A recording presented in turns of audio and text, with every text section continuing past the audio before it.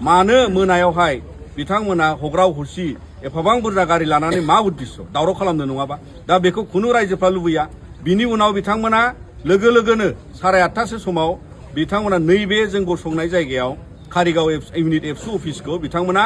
अन्थाइ खुबैनानै बुफायला बुसायलि खालामनानै जोंनि गायना थानाय गोथार एबसुनि फिरफिलाखौबो बिथांमोना सिमफायलाङो आरो बेनो फोरमान जे दिनै बे कारिगाव हालामाव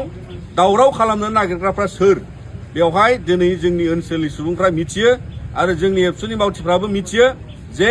कारिगाव आउटपस्टनि खोलाहा थिक बेवहाय मोनसे इउथ बिपिएफ अफिस दं बेयाव थानाय सेंग्राफोर लोगोसे बायजोनिफ्राय लैहोर लैहोर फैनाय गारि मटर लानानै फैनाय बाथानि लिडारशिपआव बिथांमोना फैदों आरो बाथा बिथांखौ जों खावलायनो लुबैदों नोंथाङा सासे दायनि साजायाव बेलाव गबोनाय नोंथाङा दैदेनगिरि नाथाय नोंथाङा दिनै बर' हारिनि गेजेराव बेबादि दावरावखौनो अराय लाखिनो थानाय लुबैनाय सासे दैदेनगिरि होननानै सिनायथि होबाय आरो बेखायनो जोङो नोंथांखौ खावलायो जे बेबादि गुलाय गुजाय दावराव दावसि खालामनिफ्राय गोजानाव थानांगौ आरो दुलाराय बर' फरायसा आफादनि मावख'आव दिनै नोंथांमोननि बे अन्थाइ गिदिर गिदिरजों खुबैनानै जोंनि अफिसाव आक्रमण खालामनाया फोरमान खालामबावदों जे नोंथांमोना बे कारिगाव हालामाव गोजोनखौ लुबैया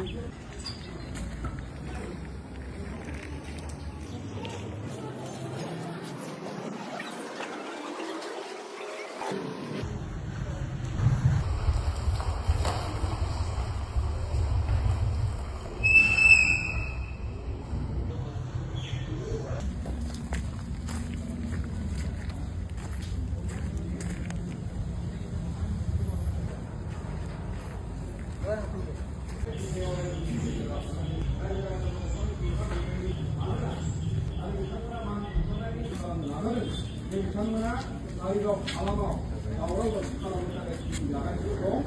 आरो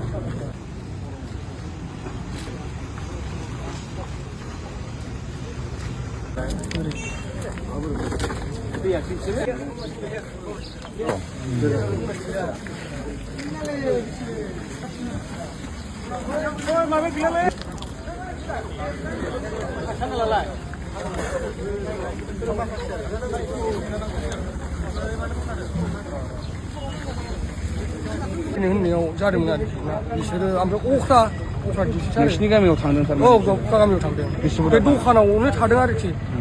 दखाननिफ्राय